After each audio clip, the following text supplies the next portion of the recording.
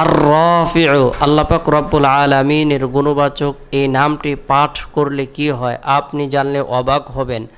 আর রাফিউ এই নামের অর্থ হলো উন্নতি প্রদানকারী। আল্লাহ পাক রব্বুল আলামিন বাহ্যিক উন্নতি প্রদান করেন, অভ্যন্তরীণ উন্নতি প্রদান করেন। সারা পৃথিবীর সমস্ত মানুষের যত ধরনের প্রয়োজন রয়েছে আল্লাহ তাআলাই পূরণ করে দেন, আল্লাহ তাআলাই উন্নতি প্রদান করে থাকেন। আল্লাহ তাআলা যতগুলো আদেশ প্রদান করেছেন, নামাজ, রোজা, কোরআন তেলাওয়াত, জিকির আজগার, তাসবিহ, তাহলিল, দোয়া, দুরুদ, ওজিফা ইত্যাদি আমলসমূহের মধ্যে অন্যতম একটি আমলের কথা আল্লাহ তাআলা কোরআনুল কারীমের মধ্যে ইরশাদ করেছেন, ওয়ালিল্লাহিল আসমাউল হুসনা ফাদউহু বিহা।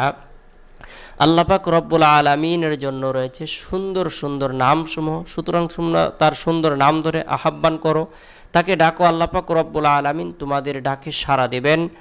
আর রাফিউ নামটি কোনো ব্যক্তি যদি আমল করে, আল্লাহ তাআলার প্রতি ভরসা রাখে, আল্লাহ তাআলা তাকে উন্নতি প্রদান করবেন। তার যত ধরনের পেরেশানি রয়েছে আল্লাহ তাআলা দূর করে দেবেন, আল্লাহ তাআলা তার ডাকে সাড়া দেবেন।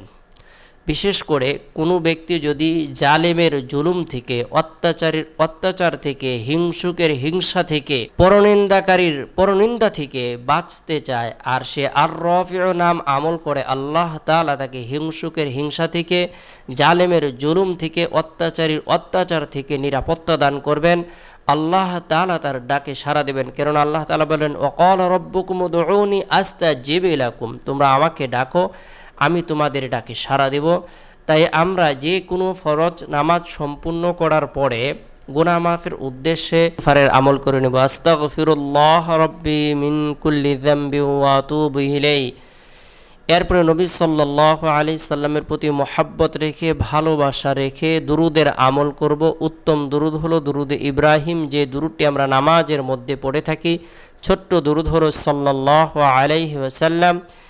এরপরে গোপনে অথবা প্রকাশ্যে তাসবিহ হাতে নিয়ে আর রাফিউ নামটি আমরা ৭০ বার আমল করব।